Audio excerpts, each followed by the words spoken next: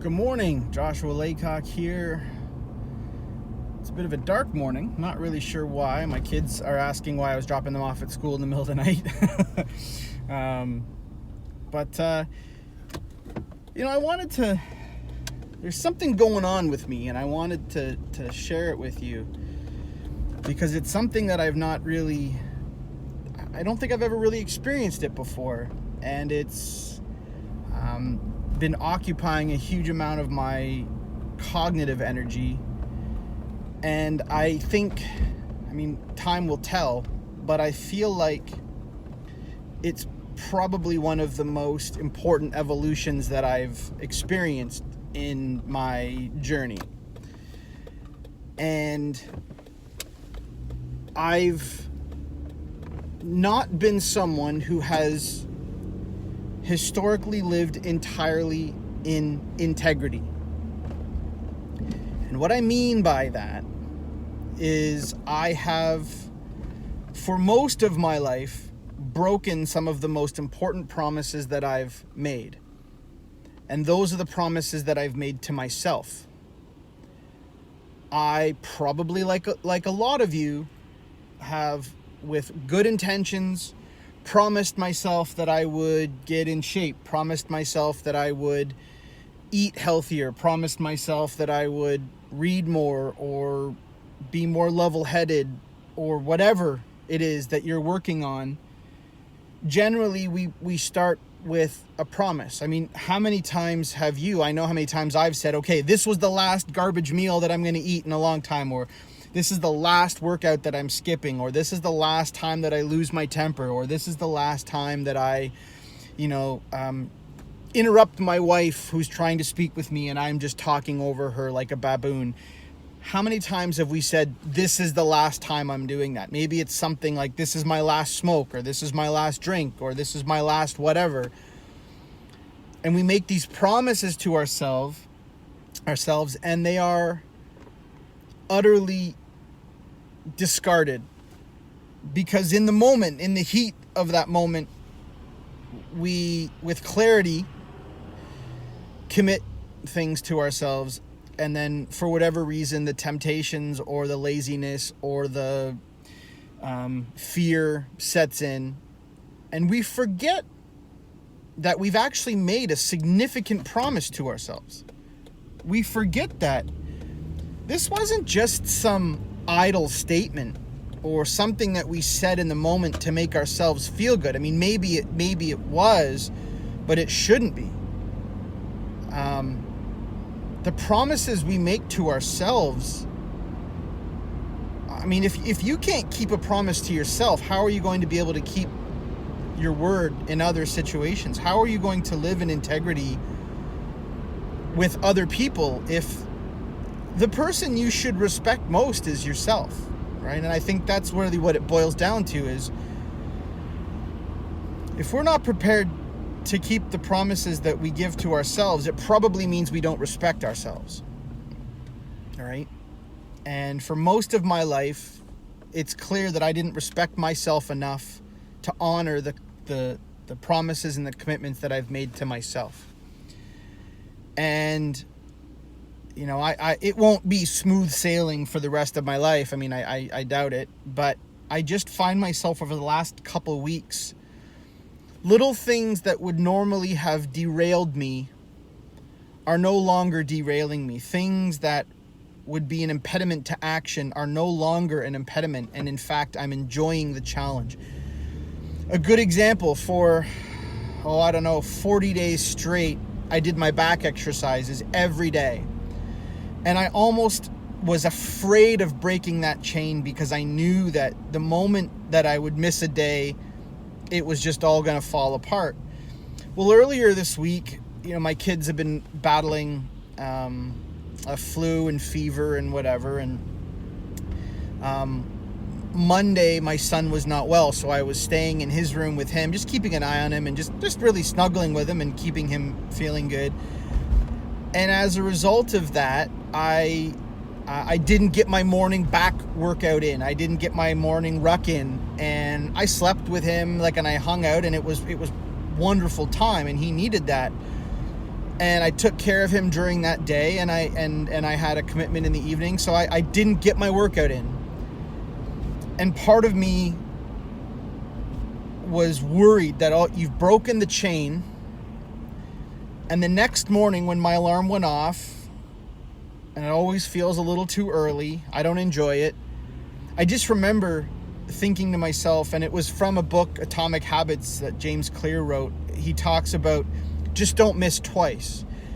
And I remember lying in bed saying, no, you're the kind of man who honors his commitment to himself. You've committed that you're going to do these back exercises every damn day, and you're going to get yourself back up into fighting shape so that you can do the things that you want to do. Get out of bed and go get it done. You missed it yesterday. This doesn't give you a pass to miss it today. If anything else, it means you need to double down and get her done today. And I did, and I got it done. And what's interesting is, similar issue, on Wednesday, timing-wise, just like literally I had the video up, I was about to do my workout, and my son woke up again, and it was an unusual wake-up. He was crying, it wasn't normal behavior, so I paused it, and I went upstairs with him, and I spent an hour with him, helping him kind of work through his nightmare or whatever that he was having, and I missed my workout. And, it's the same thing. So Thursday morning, it was like, well, okay, you missed it.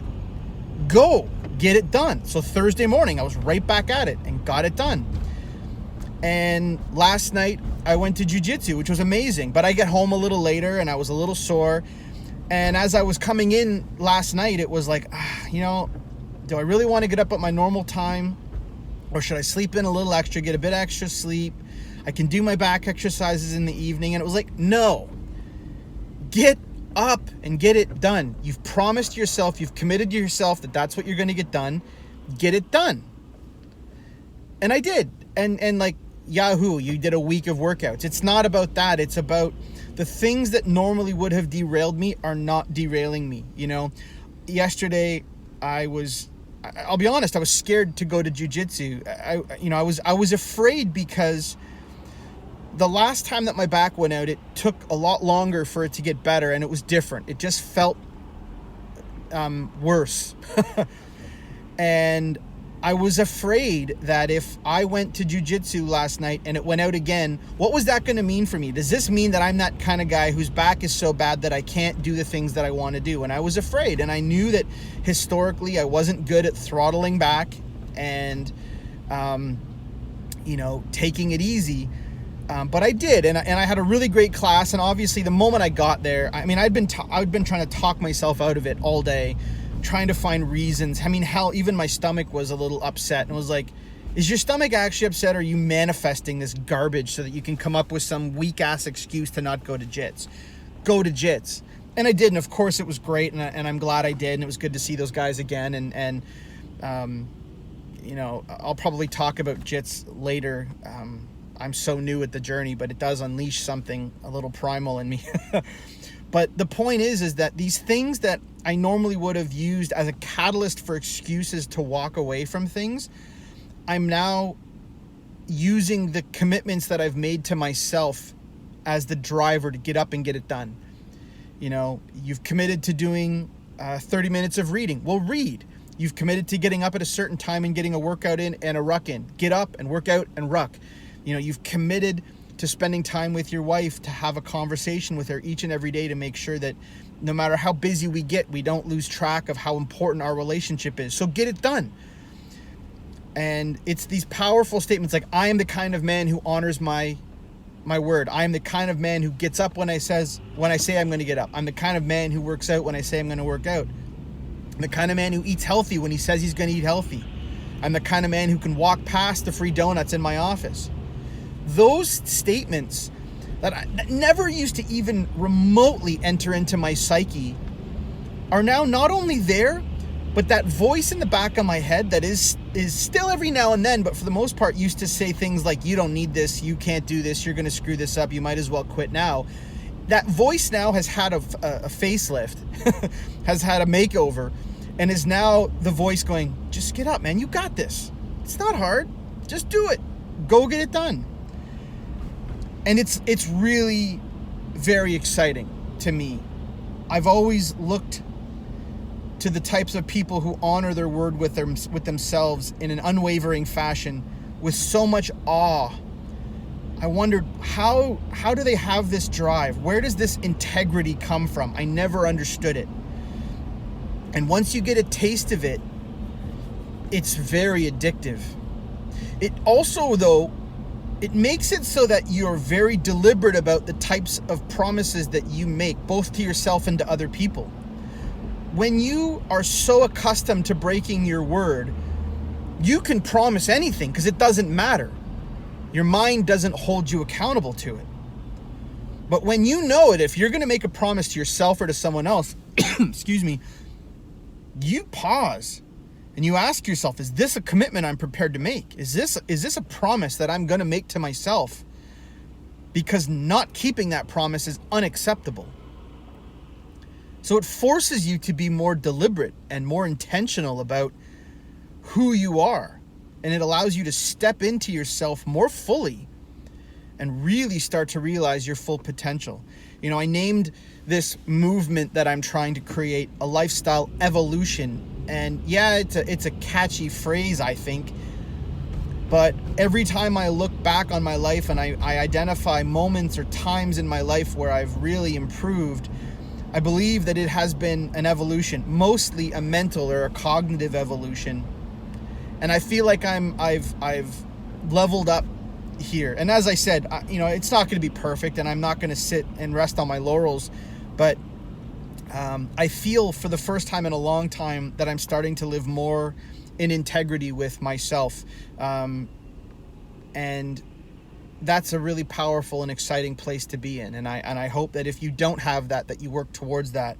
Because while I have talked about stepping up and honoring your commitments to others and looking for who is depending on you and those external forces, while they can help you, right? Like a car, I don't think it works on modern cars, but the old cars, you could bump start them, right? If you couldn't start it internally, you'd get an external force to get it going, right? A rock, as it's rolling down the hill, it needs an external force sometimes to push it, to get it going. But then it creates its own kinetic energy. Then once the car gets moving, the engine fires and it pulls itself. Those external motivators of having a kid or having a spouse or promising your buddy that you'll show up to the gym at a certain time, or sitting down with a loved one and saying, hey, we need to get our shit together. Let's fix our finances, or let's fix our health, and we're committing to each other. Those are the kind of external catalysts that I think help get you going. But once you can fire up that internal engine, that integrity, where you're honoring your word to yourself, where it is unfucking acceptable for you to not honor the words that you give to yourself, those promises that you make to yourself, that's when you really start to create some incredible momentum. That's where the power, the horsepower comes from. And I feel like I'm just starting to get a taste of that.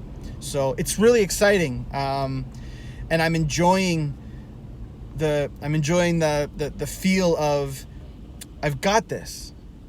Whatever life is throwing at me, I've got this. And it's a lot of fun. So I hope that you find that if you don't have it. I'm going to go enjoy my day. I'm going to knock it out of the park. So far, I'm 100% for all the things that I say I was going to get done. Got a lot done, and it's already 10 after 8. So go kill your day. Have a wonderful one. Make sure that you make very intentional promises to yourself, and then you make sure that you honor those promises. Have a fantastic day, and I'll see you tomorrow.